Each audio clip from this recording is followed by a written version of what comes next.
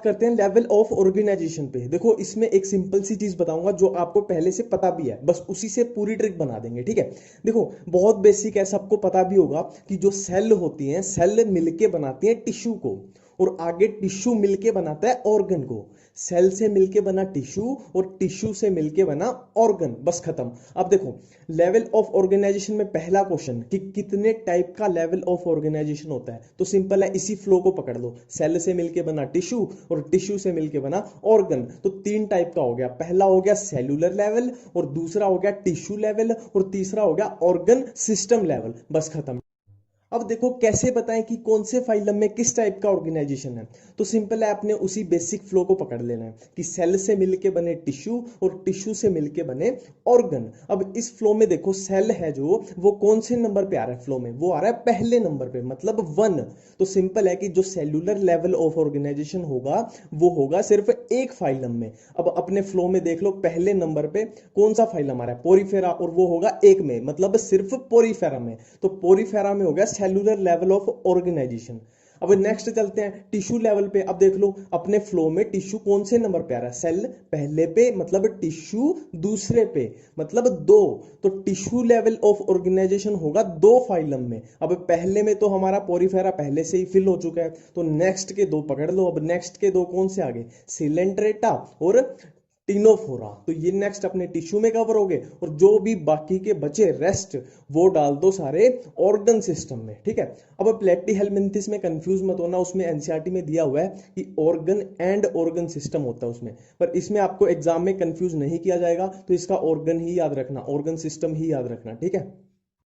Next trick करते हैं symmetry के ऊपर। देखो सिमिट्री हमारे पास 2 टाइप की अवेलेबल है, radial symmetry and bilateral symmetry. अब देखो अगर हम खाली ये याद कर लें कि रेडियल सिमिट्री कौन से फाइलम में प्रेजेंट है, तो बाइलेटरल तो ऑटोमेटिकली याद हो जाएंगी, ठीक है। तो खाली हम रेडियल याद कर लेते हैं, बाइलेटरल हमारी ऑटोमेटिक हो जाएगी, ठीक है। तो देखो रेडियल, हमें रेडियल वर्ड से क्या याद आएगा, रेडियल वर्ड से हमें याद आएगा, दिमाग में स्ट्राइक करेगा रेडियस। रेडियस, और रेडियस हम किस चीज की बनाते हैं, रेडियस हम बनाते हैं सर्कल की, सर्कल की रेडियस बनाते हैं। और कब बनाते हैं, हम बनाते हैं एग्जाम में। तो रेडियस हम बनाते हैं सर्कल की, और कब बनाते हैं, एग्जाम में। तो सर्कल, सर्कल के सी से हमें याद आएंगे 2, Cnidaria and Ctenophora, Cnidaria and Ctenophora. और एग्जाम के ई से याद आएगा हमें इकाइनोडर्मेटा। तो रेडियल सिमेट्री प्रेजेंट होती है नाइडेरिया में, टिनोफोरा में एंड इकाइनोडर्मेटा में। अब इनको छोड़ के जितने भी फाइलम बच गए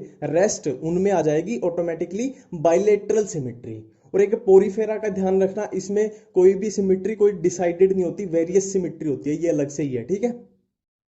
अब नेक्स्ट ट्रिक है हमारी सेगमेंटेशन के लिए कि कौन से फाइलम में सेगमेंटेशन प्रेजेंट होती है। देखो आपको कुछ नहीं करना, बहुत सिंपल ट्रिक है। आपको अनार लेना है, अनार जो फ्रूट होता है अनार लेना है और उसको काट देना है। काट देना है मतलब अनार के सेगमेंट कर देने हैं, अनार के सेगमेंट कर देने हैं। तो यही अपनी सिंपल सी ट्रिक है। मान लो क्वेश्चन आया सेगमेंटेशन, तो आपके दिमाग में स्ट्राइक करना चाहिए कि हमने अनार के सेगमेंट किए थे। सिंपल ट्रिक है, इसी को लिख देते हैं कि अनार को सेगमेंटेड कर दो, अनार को सेगमेंटेड कर दो। अब देखो वर्ड देखो अनार, अनार में आ रहा है ANAR, AN से हमारे पास आया एनेलिडा, और AR से हमारे पास आया एर्थ्रोपोडा, और CHO को से हमारे पास आया कोर्डेटा। और सेगमेंटेड किया था तो सेगमेंटेड से आया सेगमेंटेशन। मतलब सिंपल है, सेगमेंटेशन है वो प्रेजेंट होती है एनालिडा में, अर्थ्रोपोडा में, कोर्डेटा में। तो सेगमेंटेशन में कुछ नहीं किया हमने, सिर्फ अनार को काटा है, मतलब अनार को सेगमेंटेड किया है, ठीक है। आगे की ट्रिक्स करने से पहले एक सिंपल सी बात है, देखो हम फाइलम का फ्लो हमेशा ऐसे ही क्यों पढ़ते हैं कि सबसे पहले हम पढ़ते हैं पोरीफेरा, फिर नाइडेरिया, फिर टिनोफोरा, और ऐसे ही करते करते लास्ट में कोर्डेटा। इसका सिंपल सा रीजन है एवोल्यूशन, कि जैसे पोरीफेरा थे उनको हम सबसे पहले इसीलिए पढ़ते हैं क्योंकि वो सबसे पुराने हैं, सबसे प्रिमिटिव है। अब पोरीफेरा सबसे प्रिमिटिव, फिर उसमें कुछ एडवांस कैरेक्टर आए, कुछ नए फीचर आए, फिर बन गए वो नाइडेरिया।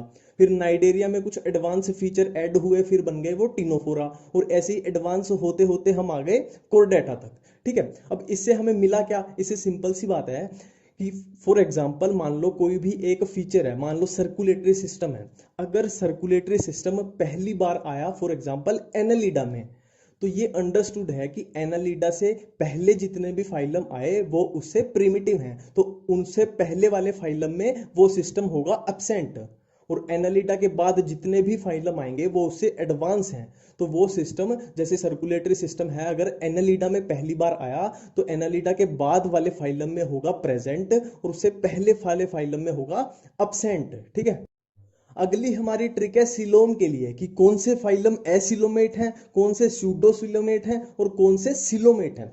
अब देखो बहुत सिंपल ट्रिक है। देखो स्यूडो का मतलब होता है झूठा, स्यूडो का मतलब होता है झूठा। बस अगर आपको ये याद है तो आपकी trick complete. Simple.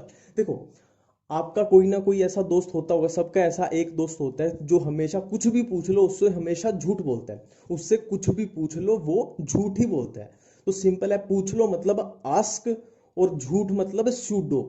Ask pseudo मतलब कुछ भी पूछ लो वो झूठ ही बोलेगा। तो आस्क से हमारे पास आ गया एस्के हेलमिंथिस और सूडो से आ गया सूडोसिलोमेट। तो एस्के हेलमिंथिस होते हैं सूडोसिलोमेट। अब देखो एस्के हेलमिंथिस का हमें पता चल गया, अब सिंपल सी वही लगा देंगे फॉर्मूला कि एस्के हेलमिंथिस से जो ऊपर होंगे वो होंगे एसिलोमेट और एस्के हेलमिंथिस से जो नीचे होंगे वो होंगे सिलोमेट। बस कंप्लीट।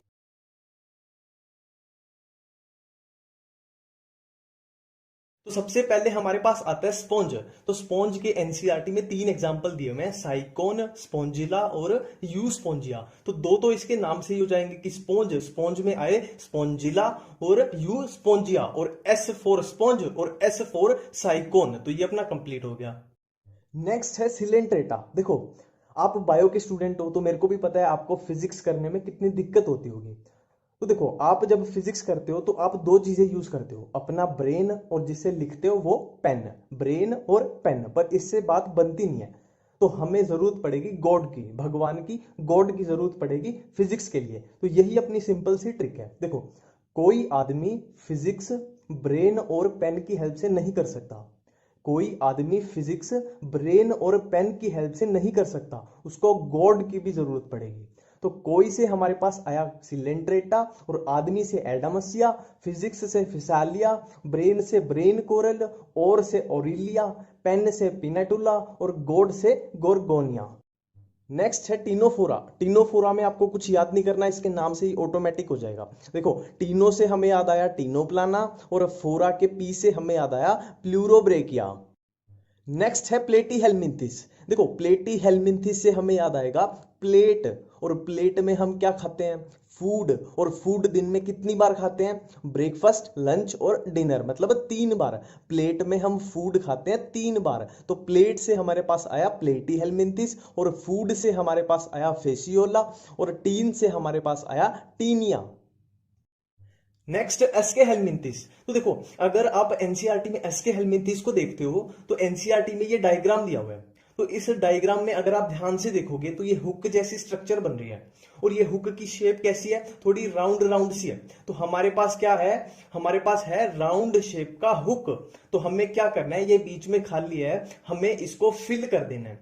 तो हमने क्या किया, राउंड शेप का हुक था हमारे पास जो बीच में खाली था, हमने उसको फिल कर दिया। तो राउंड शेप का हुक था उसको हमने फिल कर दिया। तो राउंड से हमारे पास आया राउंड वर्म, और हुक से हमारे पास आया हुक वर्म, और फिल से हमारे पास आया फिलारिया वर्म। और राउंड शेप का हुक कहां पे दिया हुआ था एनसीईआरटी में, डायग्राम जो था वो दिया हुआ था एस्के हेलमिंथिस में। तो ये एग्जांपल हो गए एस्के हेलमिंथिस के।